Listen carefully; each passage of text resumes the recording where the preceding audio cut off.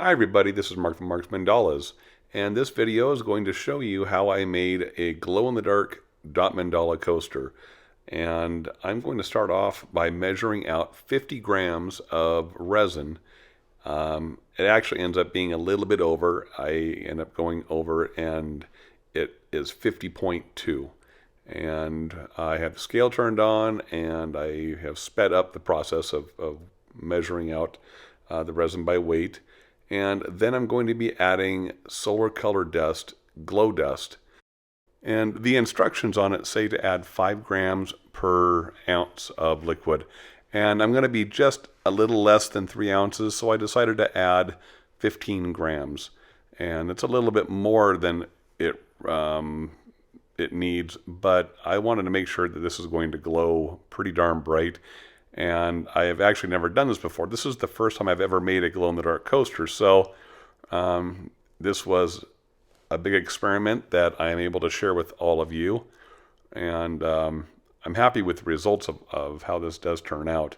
So I'm adding the solar color dust, and I think I did add more than I needed to, but it does glow nice and bright, as you'll see later on in this tutorial.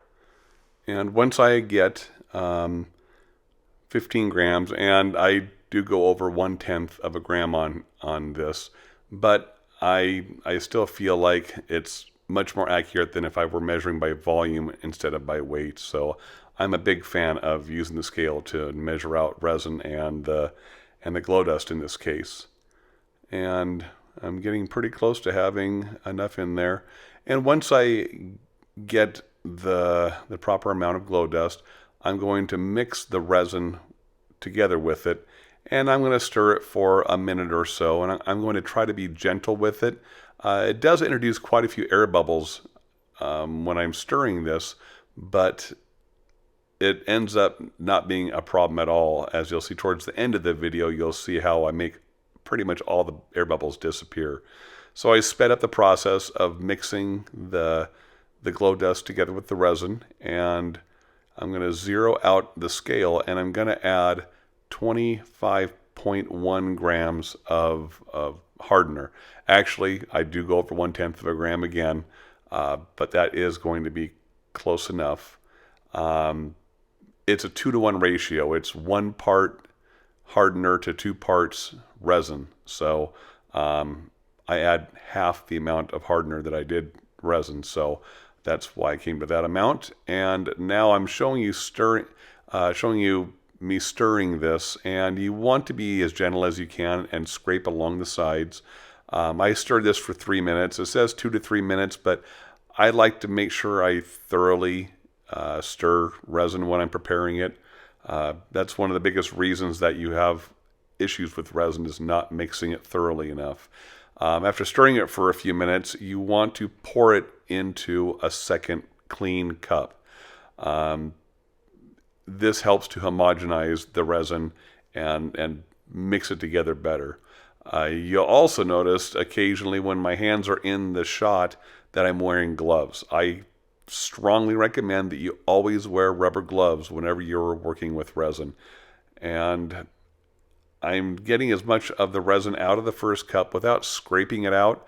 You can, but it's recommended not to. You'll tend to get a cleaner pour if you don't scrape out that first cup into the second one.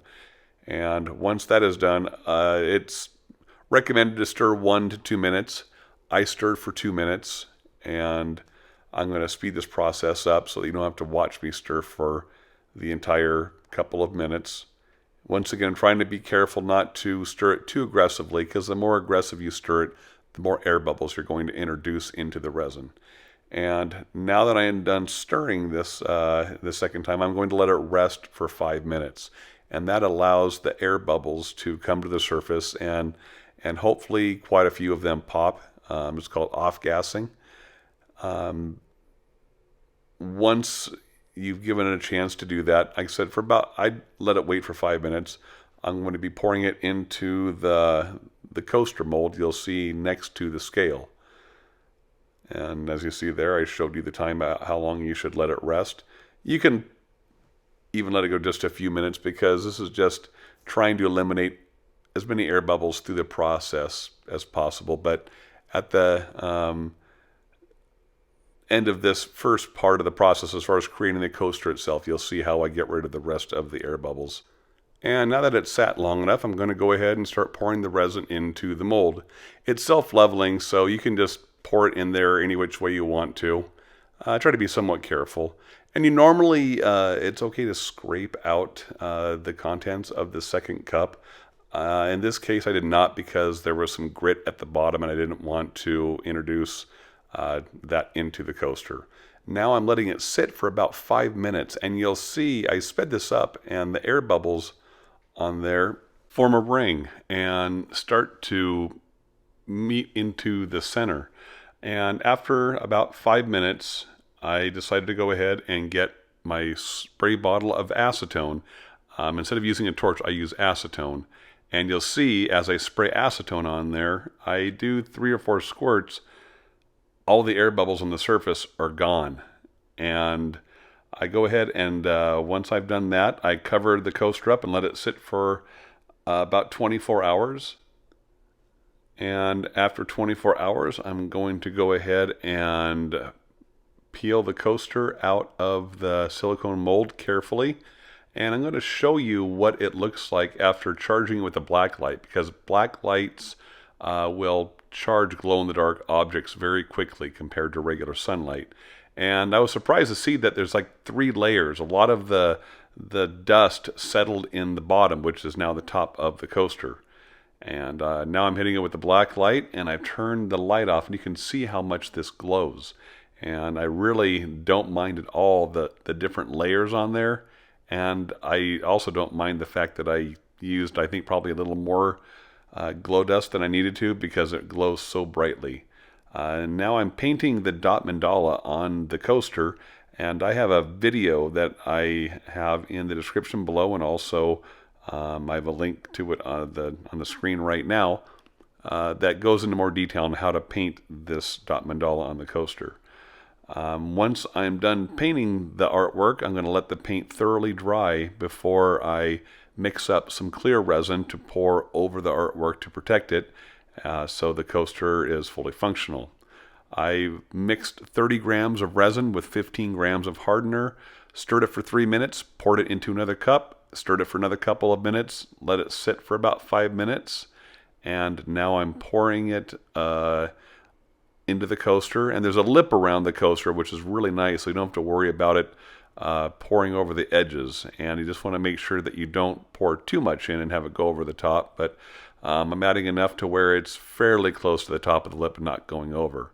And after 5 minutes, I let it go ahead and off gas, and whatever air bubbles are remaining, I'm going to spray it with acetone, and that will get rid of those.